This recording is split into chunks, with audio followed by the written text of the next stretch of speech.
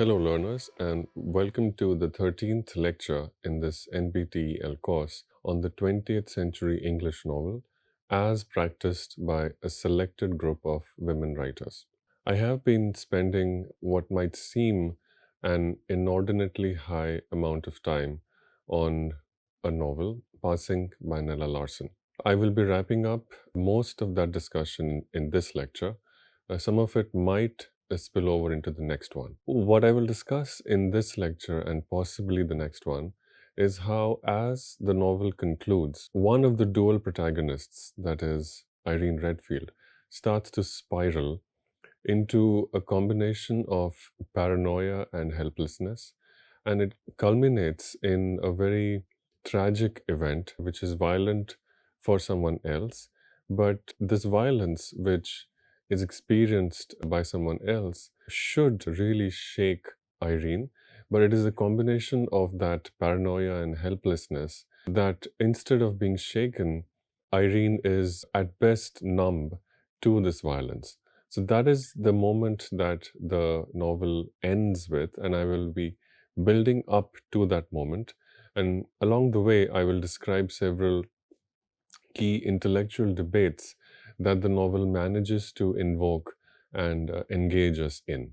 So, in section one, which I've been discussing at great length, which is encounter, section one ends with Irene sharing with her husband Brian this strange encounter with Claire and the fact that she met someone, reconnected with someone, a childhood friend, who is now begin to pass and who, having now been reconnected with her childhood friends, wants to return to the older social circle, that is, wants to interact more with with the African American people, and wants to interact less with white people. This is the racial details of Claire's case, are something that Irene shares with Brian.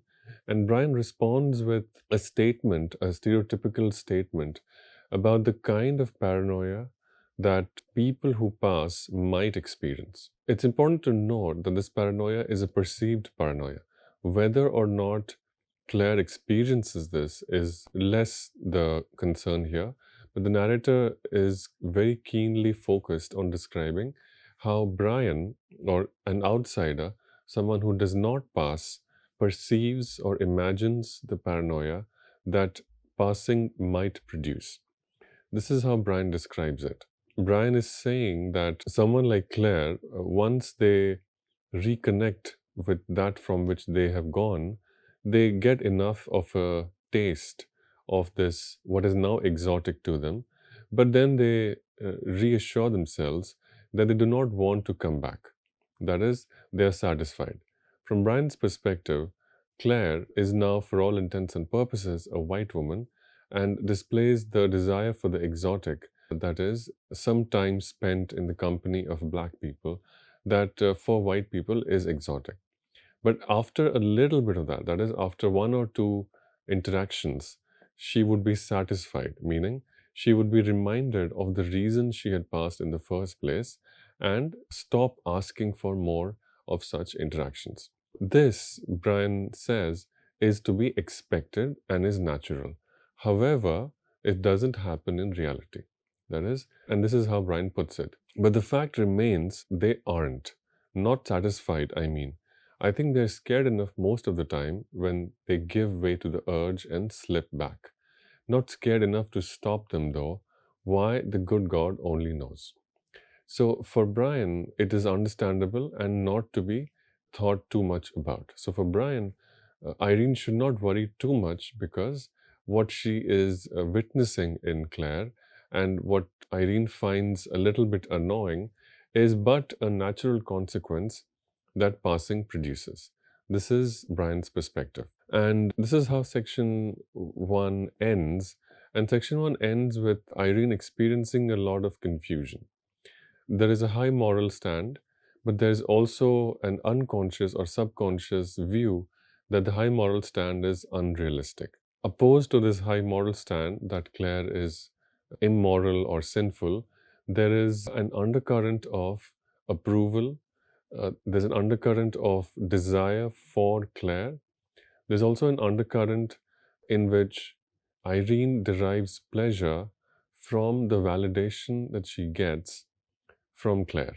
This pleasure is a combined result of both Irene finding Claire to be sinful, but also Irene finding Claire to be quite attractive. The definitions of this quality of being attractive are borrowed from white American femininity. So, this is the combination of feelings that produces annoyance for Irene when section 1 ends. Section 2 shifts the focus a little bit and describes marital discord between Irene and Brian as an allegory of different responses to structural racism. As African American individuals, both Irene and Brian cannot help but notice that their lives are severely constrained. They are disabled in many ways. They are deprived of many opportunities because of the structural racism that exists in early 20th century America. Now, the response to this structural racism is quite different. Irene's response is to tolerate it and make the best possible effort to secure the best possible lives for themselves and their children by staying in America, however racist it may be. Brian's response, on the other hand, or his desire, is to leave America and to settle in a different place where, despite being black, their Americanness or the fact that they are Americans will work in their favor. And so Brian wants to be a part of the black diaspora and wants to settle in South America, Brazil to be specific. This is a desire that Irene does not share, and this disagreement produces some sort of an estrangement. In addition to this, or what appears to Irene, because of this, Brian also displays a lot of melancholia. Brian appears to withdraw and not communicate and disappear for great periods of time, and this estrangement produces a lot of discomfort for Irene. Irene constantly attempts to compensate for it by thinking about what might be ailing Brian. This is the description that takes up a lot of time and a lot of pages in section 2. While Irene is going through these conflicted feelings, Claire comes in uninvited, and despite having voiced her disagreement with Claire, Irene receives Claire with these words, "Dear God, but aren't you lovely, Claire?" So the surprise is almost overtaken by and compensated by the visual pleasure that Irene gets from looking at Claire. This is the power of how Claire's appearance has an extremely powerful impact on Irene. In this chapter, the second chapter of section 2, Irene and Claire have a very important conversation.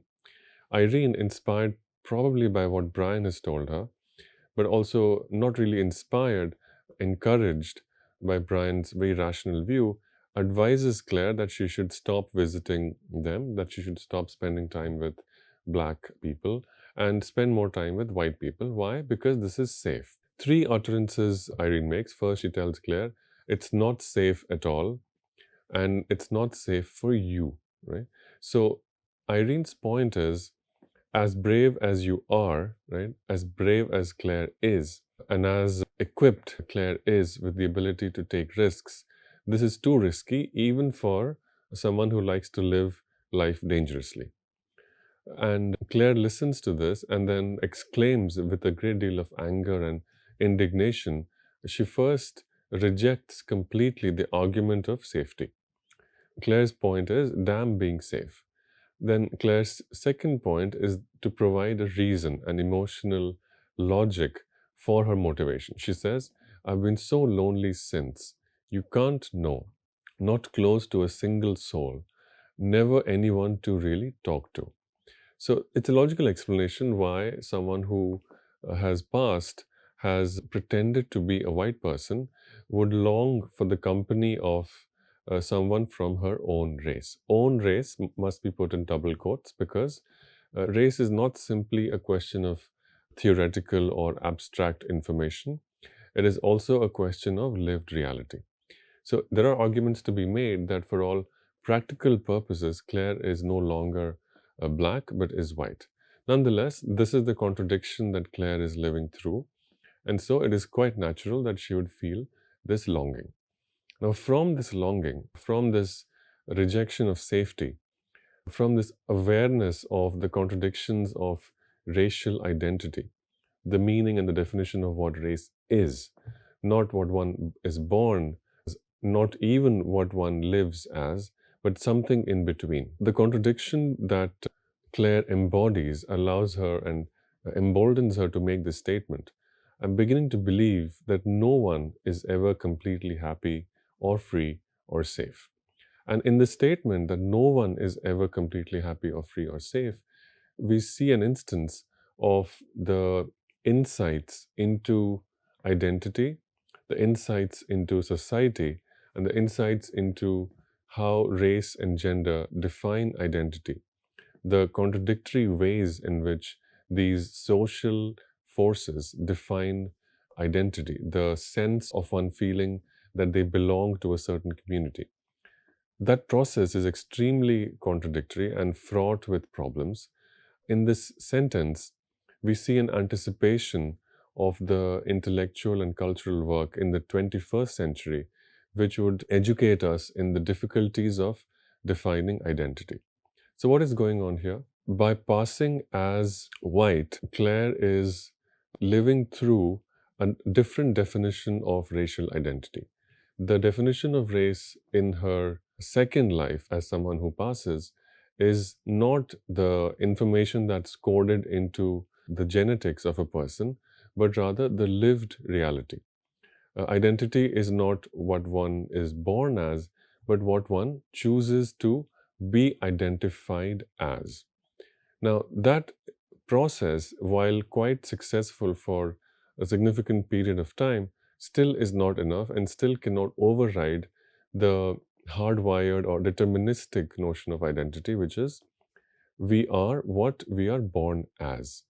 None of these definitions is complete in itself, and this is something that Claire demonstrates in the statement about a universal lack of safety that all human beings must experience. Now, as this section continues, we see another party, and the novel can also be seen as a series of parties which track Claire's incremental ramification, the spiraling that Claire undergoes.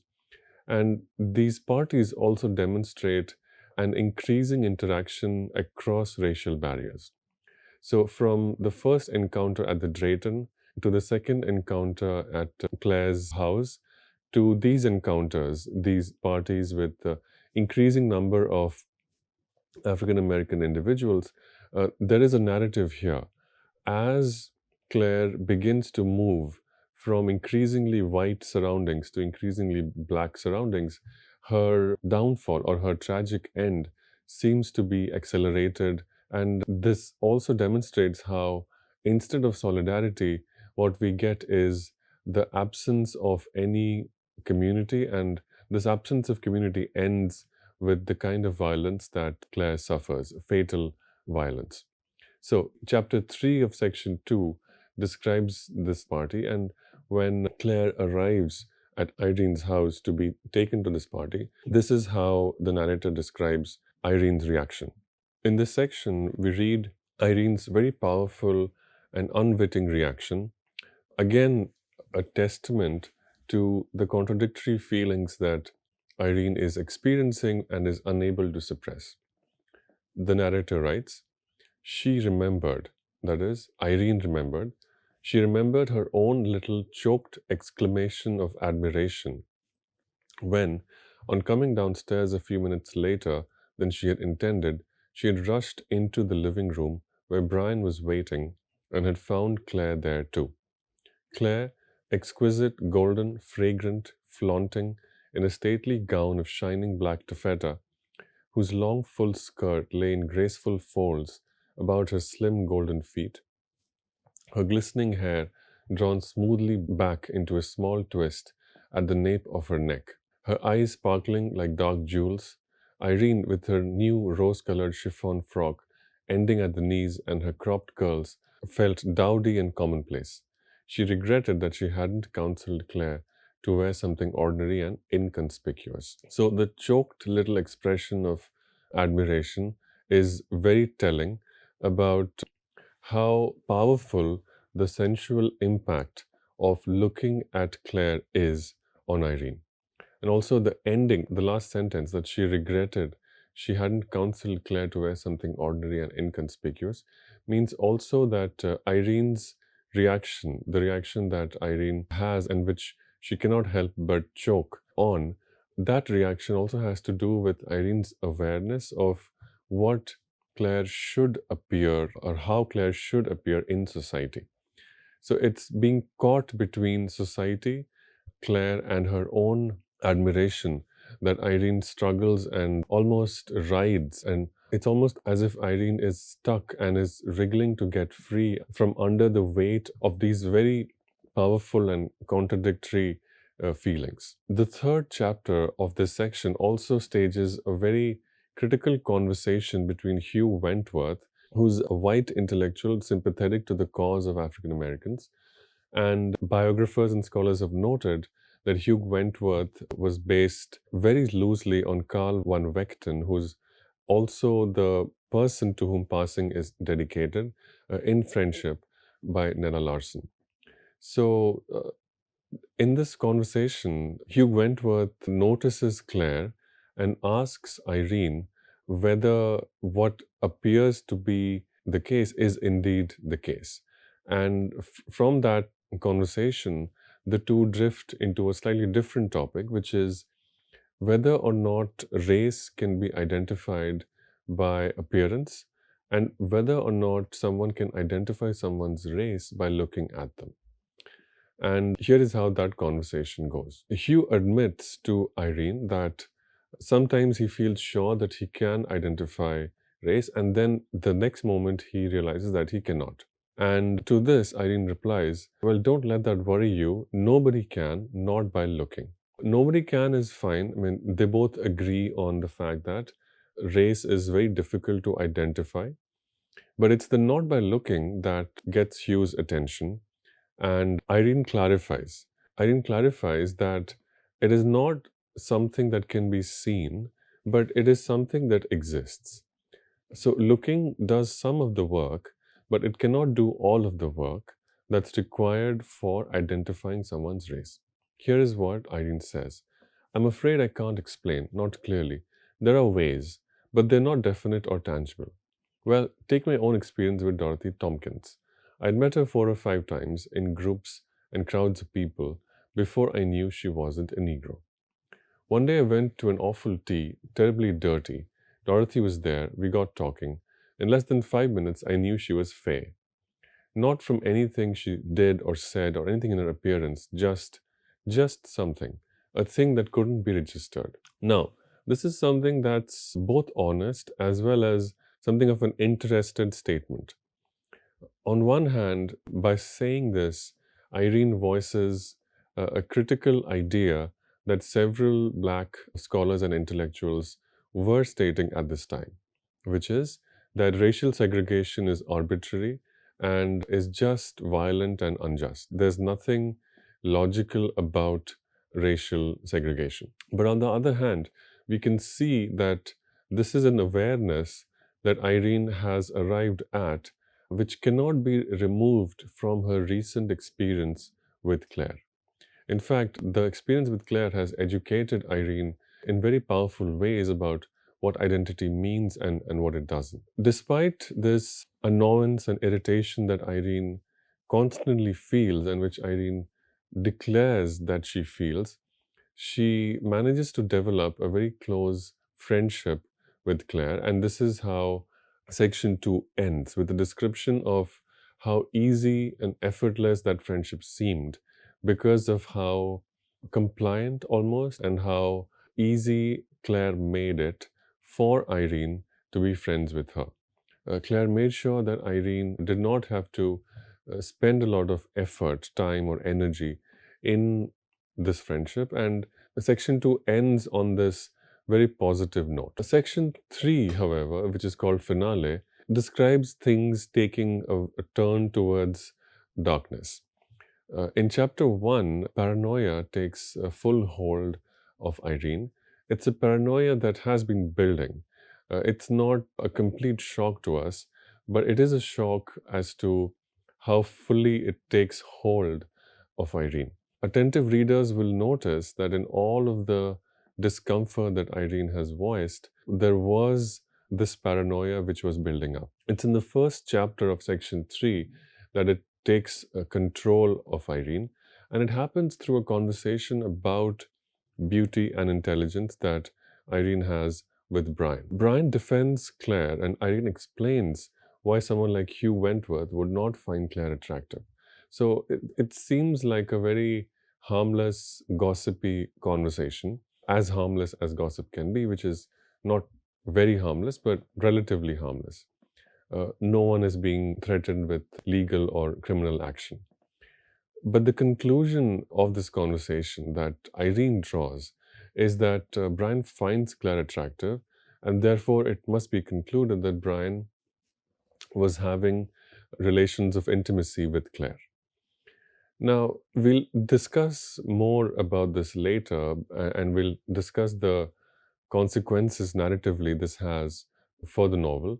But in terms of identities, in terms of the racial dynamics that the novel has been tracing, this is a paranoia that in some ways confirms the most conservative things. It confirms the most conservative fears readers may have had from Irene's character. Why, we may ask, does Irene find this paranoia so comforting? And why does Irene allow this paranoia to take such control of herself?